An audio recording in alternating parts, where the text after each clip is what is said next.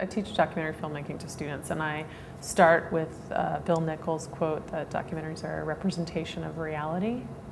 I really like the idea that we are constructing arguments, we are telling stories, and I don't think there's any shame in that. You know, life unedited can be very boring.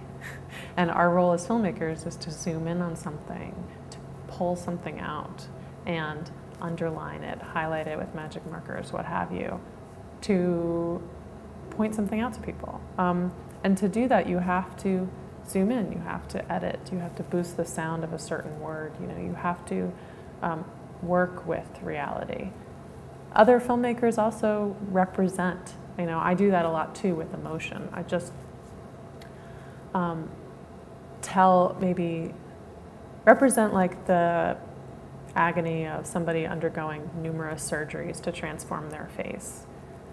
And the way that I show that isn't through an on-camera sit-down interview, because that to me is pretty boring.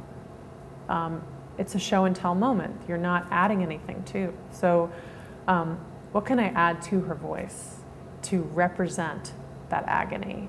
And not in a very literal way, but in a more abstract way.